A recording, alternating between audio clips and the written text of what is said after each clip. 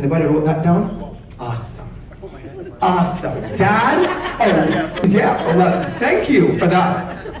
Dad? Anybody wrote that you are a dad? Anybody wrote that you are a wife? Anybody wrote you are a husband? Good. Anybody wrote about your financial status? No? No? I'm going to tell you something. Your financial status is a part of your identity. If you can afford certain things, it makes you a part of a certain identity. If you can afford a certain house, it makes you a part of who you are. So for those of you who did not write your social economic status or your financial status, you can write that down. Rich. Very rich. Right? So it's okay to do that. So if you look at the diversity, awareness of self, we have to understand who we are. And we have to really think about, be aware of what makes you different. And for me, that helped a lot in my just understanding who I am is important to understand how I interact with the kids at school, with the persons online, with those who I walk to the supermarket, my neighborhood, my building, because it makes you aware of yourself. Too many of us, we are not aware of ourselves. And as leaders, you walk into the office in the morning and all you think about is that you are in charge. But that's different. That's only one part of you. You being in charge of that building is only one aspect of who you are. What you drink in the morning, where you talk in the morning, who you speak to in the morning makes a lot about your identity. Be aware of your biases and your prejudices. And I like when somebody says, I have no bias, I like everyone. As Donald Trump would say, wrong. You don't like everyone. And I'm going to be honest about that. I pretty much like everyone. I'm a people's person. I like people. I really like people. I like to talk up a storm. You can sense that, right? I'll meet you at the bus stop. I'll pass my stop, 3 stops just to finish my conversation with you. I am that person on the subway. I will go 3 stops past my stop because the conversation is juicy and I just want to leave it yet.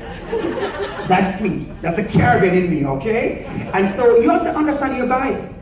And then when I came to Canada as a new immigrant, I came to Canada in 2008. So I'm still a little bit new, right? Yeah. And I came to Canada in 2008. And there are many things that was new to me. It was just simply new. I'd never seen a subway before. I never ran on a subway before. It was new. I didn't know how to approach the subway. Do I save a seat for someone? You could save a seat back home, right? And nobody can sit in it.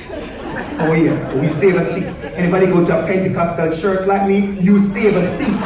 You dare not sit in that seat, okay? So those are the nuances. It helps us and it helps you to adjust. And I'm going to tell you what, it helps your leadership. Because those are the nuances that you think they are so simple, they say who you are. My voice modulation, my pitch. I started working for a career college when I came to Canada. And I walked in and the entire class was literally quiet. And I said, this was different. Normally people gravitate towards me, we have a good time.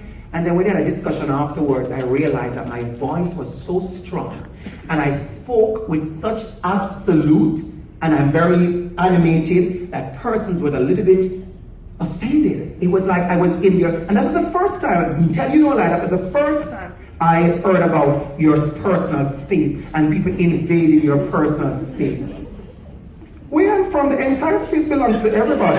There's no personal space. You come so close, somebody will be offended because I'm in your personal space. Back home I'll say, this belongs to the government of Ajax.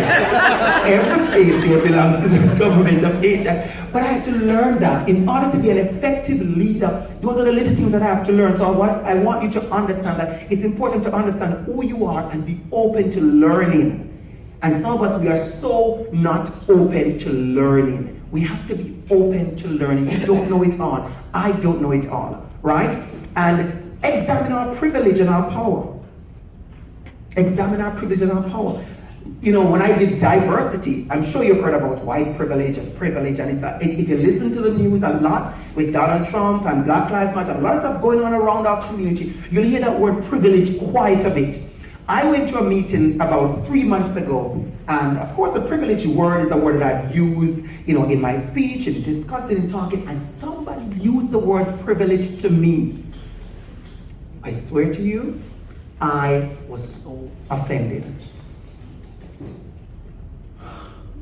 And I was walking to the subway. I walked to the subway and I kept saying, really? And I did what I taught people to do for years. I stopped, sat on the subway, quiet myself, try not to engage in a stranger tonight. And I spent the next 20 minutes reflecting. First thing I reflected on was, why was I so upset? Somebody called me privileged for the first time in my life. Why was I so upset? We were having an event and we just decided we were going to keep the event at a certain place, and this was the cost per person. There were people in the room who could not afford the cost per person, and I wasn't one of the person that says, we know we selected this place, we took our time to find it, everybody should be able to find the $150 for the night. Everybody cannot find that $150 for the night. But I was also surprised and watching my growth to realize that, wow, after being here for 8 years and I've done what I've done, I could afford $150 per night for a place without worry. And that for me allowed me to take another step of reflecting on who I am as a person. So because who I am as a person, I was a leader on that team. So when I went back to the meeting, the entire thing changed. As a matter of fact, I heard the guest speaker speaking about changing the venue from the 7 Steps venue to another place. Just to tell you, that was nothing new. We changed the venue of the retreat. Somebody on the leadership team who owns a beautiful house, not me, beautiful home. She said, I'll keep it in the basement of my home. We had a great time. And so it's all about those things to understand. But be open to being offended and being affected and deal with that as a leader, because we're talking about leadership. And be conscious of the differences around you. And the final thing on this slide, be deliberate about inclusion. Be deliberate. A lot of us today, if I say, how many person came to this conference or this workshop because you had to go because you're on the staff at Ajax and it's free. And lunch is going to be served anyhow. Let's go. Let's go do the diversity thing. Let's go make sure we're included. When we're hiring, let's make sure we hire one black person. Make sure, that this little girl gets to be in a ballerina just like everybody else and run across the stage. But we put her at the back of the dance. She's way at the back. Nobody could see her. But you're feeling good because you did include her. Yay! We have to be deliberate about inclusion. Be honest about it. Engage in an honest conversation. All right? And that was something that I really admire when I came in this morning, to see that people were very happy and engaging. And so I saw for that.